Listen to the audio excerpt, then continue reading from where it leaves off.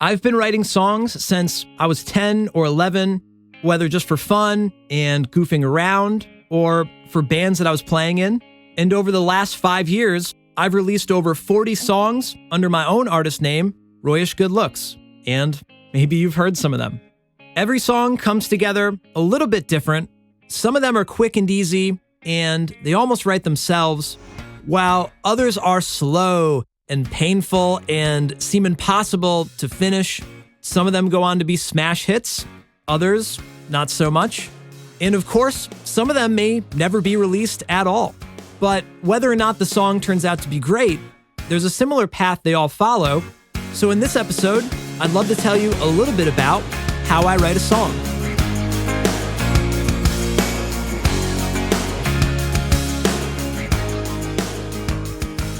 Before we dive into the episode, I have to give a huge shout out to the amazingly talented artist that made the artwork and the graphic for the show, Chaotic Enir on Instagram and YouTube. That's Chaotic ENIIR. I just love how the artwork came out. It's perfect. I wish my hair looked that cool in real life. So show her some love, give her a like and a follow. Links are in the description of this episode. And I've even included a link to a cosplay that she has done of Obi-Wan set to my Pokemon Padawan parody, which is just incredible. So thank you again, Chaotic Enir, and let's get on with the show. Remember the line in Rise of Skywalker where they're getting ready for the final battle and Poe says, "We are the spark that will light the fire that will burn the First Order down." It's kind of a cheesy scene, but I love this idea of the spark and what the spark can ignite and become over time. When you're writing a song, you sort of have to have this lightning strike moment to put the whole thing into motion. It's got to start somewhere. Sometimes that literally is a lightning strike when you're taking a walk or doing the dishes or you're doing something that's not actually trying to write a song, that something comes to you and you say, hey, that's a great idea for a song. I should stop what I'm doing and go write that song. Other times you might have a specific theme or a lyric in mind and you're sort of starting from scratch. Obviously, if you want to write a song about Star Wars, you pick your favorite character or your favorite space battle or becoming a Jedi, or you pick a famous scene or a famous line, and it's usually pretty easy to jump off from there. Other times, maybe it's like a challenge to see if you can make a song out of XYZ thing that would not normally be a song. Things like the remixes that I've done, especially that it wasn't a song to begin with, it was just a piece of dialogue, but I'm going to try and give it melody and make it sing and put a beat behind it and see if I can turn that non-musical thing into a hit. Or if you want to try and write a parody, it's kind of a totally different process to fit lyrics on top of an already written song and try to make that work. It's much more like a puzzle in that case. Or another really good example is my song, Mind Tricks Don't Work on Me.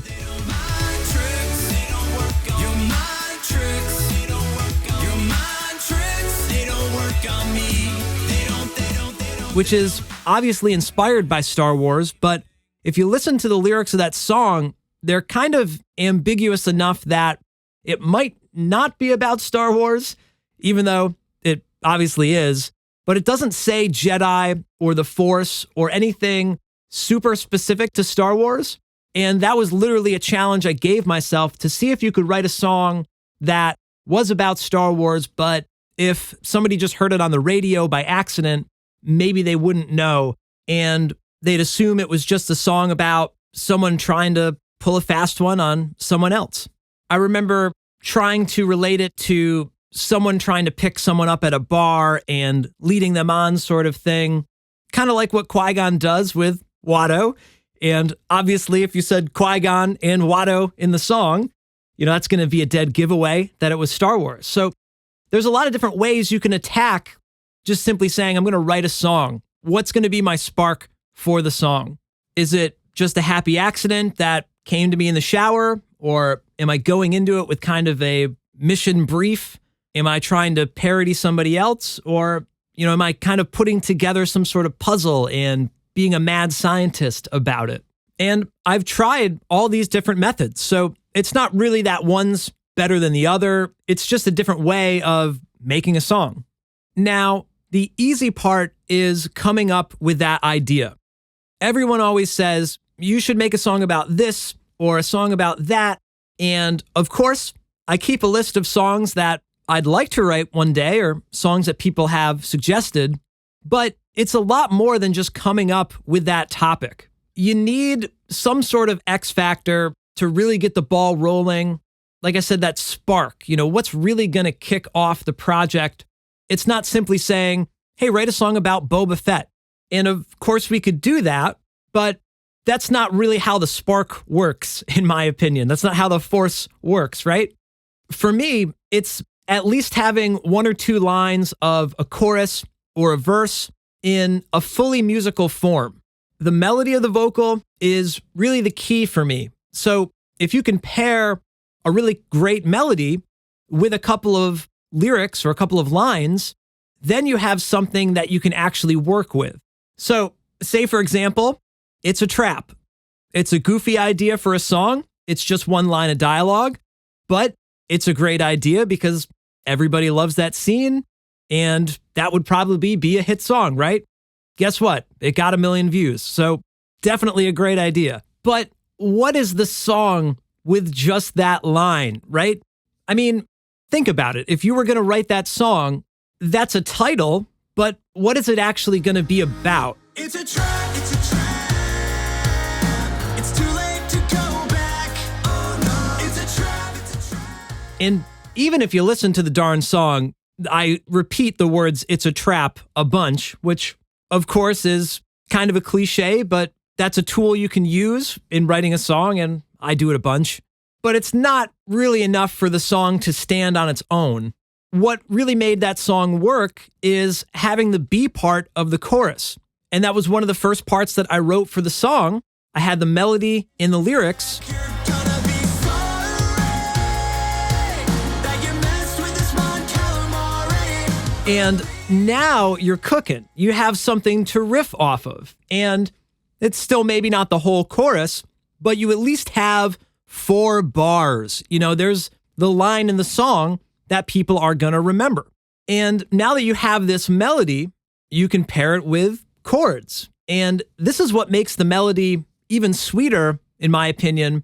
The chords and the melody kind of have to fit together. Now, I'm not super jazzy. I'm not the most innovative composer. I use pretty cliche and basic chord progressions. But the chords that you choose are kind of the next most important thing after the melody. And you might even find new melodies when you switch 1 or 2 chords up. They might inspire other ideas, and they might just change the whole vibe of the song overall, especially if you're, starting on a minor chord or a major chord.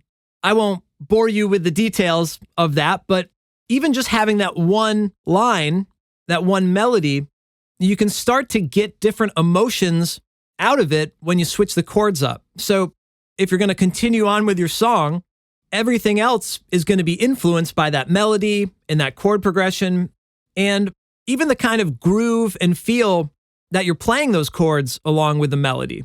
So even though we haven't written the whole song, even if you just have this 1 or 2 lines, you're creating a vibe that's going to snowball into the rest of the song.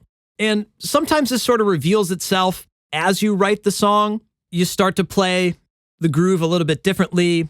You have a different rhythm, or you decide whether or not it's going to be a rock song or a punk song or a pop song. And those are all going to have kind of different, rhythmic structures or beats behind them. Sometimes the subject matter of the song can kind of dictate what that groove and feel should be. Like Baby Yoda could be a rock song or a heavy metal song, but it's probably better off as a sort of nursery rhyme, acoustic ditty, and, very friendly, not quite in your face with breakdowns and distortion. Whereas a song like He's Too Dangerous to Be Left Alive makes sense to be kind of a hard rock song. If that was on the ukulele, that would be really interesting, but it really wouldn't suit the vibe of that line. He's too dangerous to be left alive. He's too powerful in the dark side. He's too dangerous to be left alive. It just doesn't work quite as well. Or maybe it does, and of course you didn't know until you tried it out. So now you have this sort of chorus or verse with your chords and your melody, and you sort of know what the song's going to be. But of course, you need a few more parts now. So the next step is roughing and outlining the entire song from start to finish. It's kind of like writing a script for a movie or, a story of some sort. You're going to have a beginning, middle, and end. So just like with our chord progressions, we can figure out what's going to be the structure of the song. Is it going to be verse, chorus, bridge, chorus, outro, which is probably 99% of my songs with some minor kind of variations on that. And it doesn't really matter if the first part we came up with is the chorus or if it was a verse. Either way, we need to figure out the next part. So what I like to do is just play it over and over again on loop and then sort of freestyle to find another melody or maybe even other chords that can kind of complement the part we already have. This is sort of that spark phase all over again. You're almost writing a brand new song, really.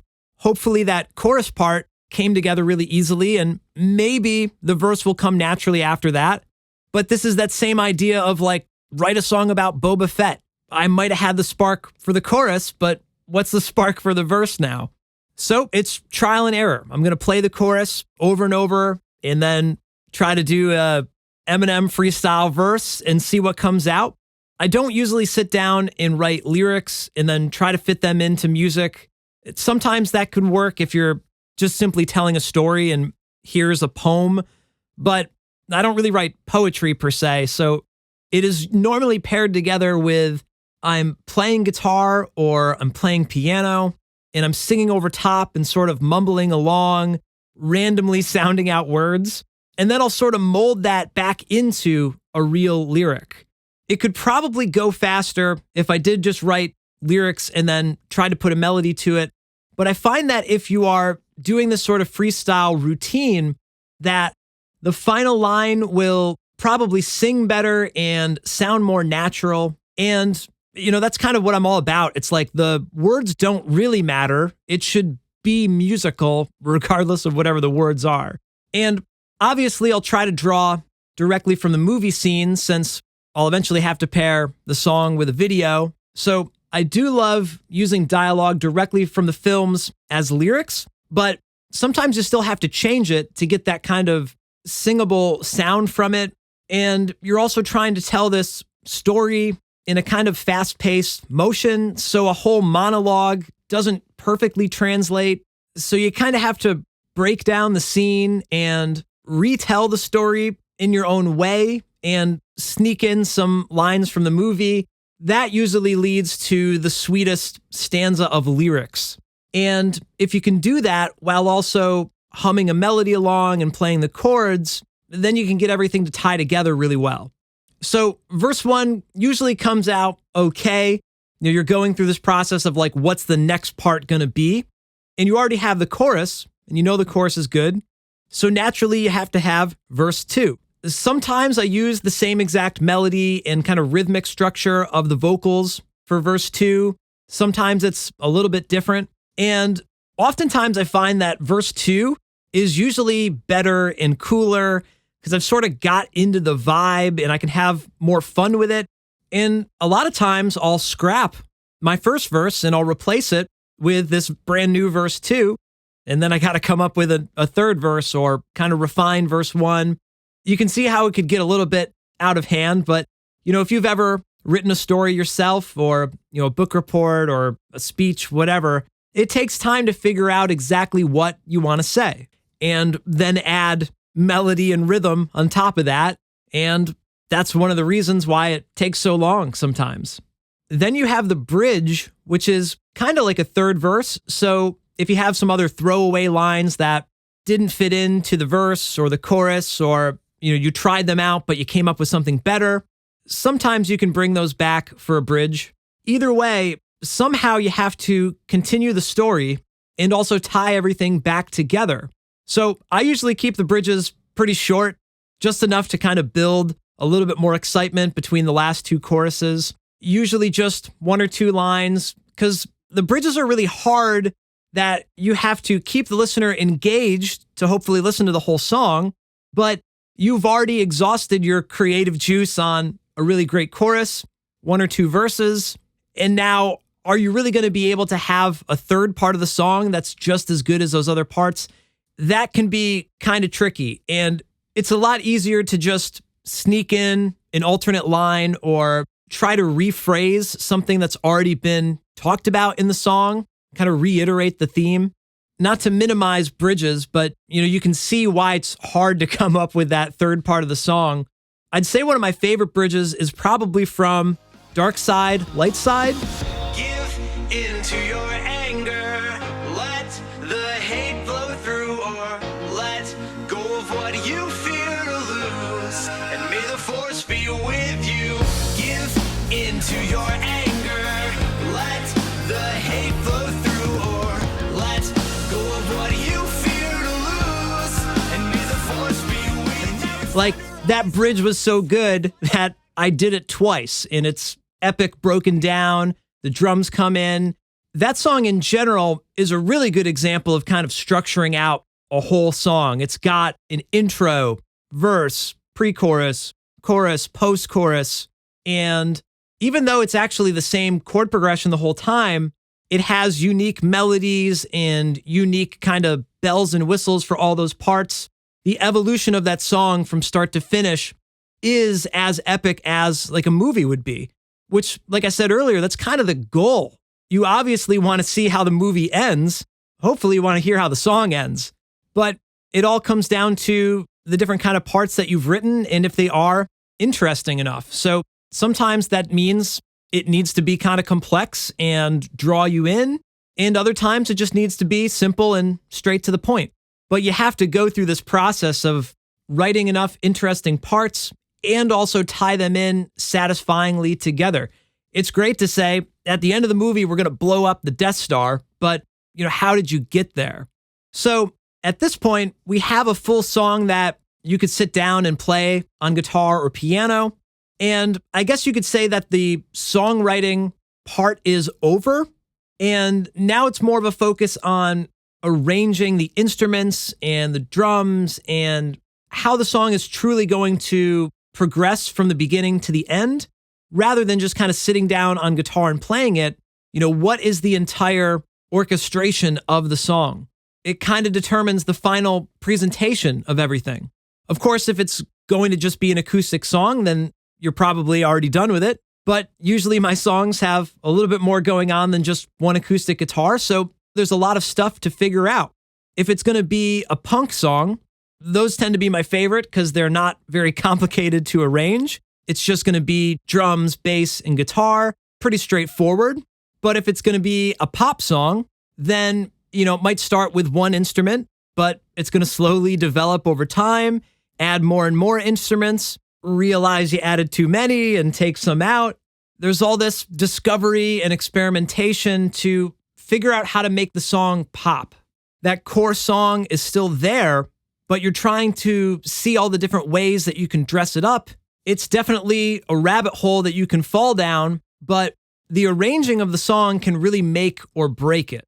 It's not uncommon for me to make a bunch of different versions while I'm trying to figure out what the right one is. And sometimes I'm doing this while I'm writing the song, so everything can kind of fall into place together. So it's not always like pulling teeth to figure out the arrangement. Sometimes you're just kind of revising whatever you came up with as you were writing the song. One thing that can really help is if you know you're making a ballad or an up-tempo song, whatever the vibe is, just simply listen to another ballad or another up-tempo song. you don't necessarily have to copy them, but you can use it as inspiration. And I don't always do this, but when I do, it definitely keeps me on track and keeps me from falling down those rabbit holes. All right, so that's my process. And remember, this is just the demo. This is not the actual recording that I'm going to release. The official re-recording, the editing, the mixing, and making the video, that's all a different story for a different episode of this podcast. Finishing a song is just slow, and it feels like it gets slower and slower every song that I make.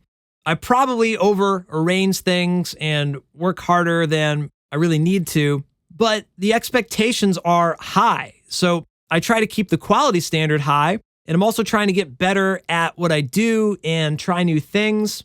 Some of my first Star Wars songs I was calling Ode to, and I did an Ode to Millennium Falcon and an Ode to BB-8, and they were intended to be these like short songs that I could write and record in a day and put them out really quickly.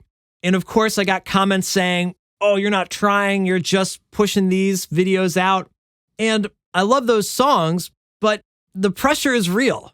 Everybody wants something from an artist, and I certainly have expectations from my favorite artists or TV shows or movies, but I promise that I try really hard, and I also try to have fun with it. So that's why I don't release a lot of songs. I want to enjoy the process.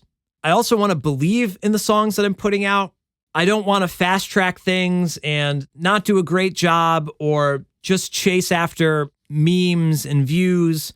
So it takes a while. Most people get it though, and I always appreciate when I get comments that say, oh, this was so worth the wait, even if it took me a month or 2 or 3 in between songs. And that's kind of why I started this podcast, so I can sort of fill in those gaps.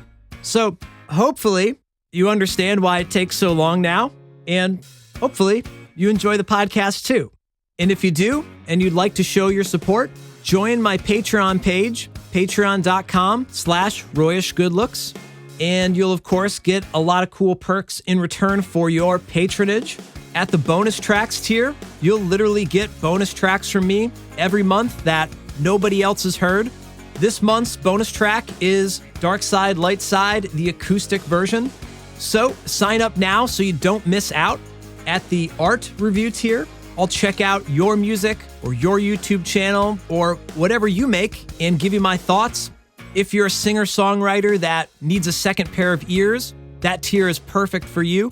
You can also get your name in the credits of new podcast episodes and new YouTube videos at the producer tier. And all patrons get to ask questions that I'll answer every month here on the show and over on Patreon. And they also get every official song release as they come out. No matter what tier you sign up for, you'll be supporting the show, and I truly appreciate it. Aside from Patreon, follow me on Twitter, Instagram, Facebook at Royish Good Looks. You can also join our private Facebook group called Royish Good Looks. And if you subscribe to the podcast and leave a review wherever you're tuning in from, that'll help the show grow. Either way, thank you for listening, and I'll talk to you in the next episode. Take care.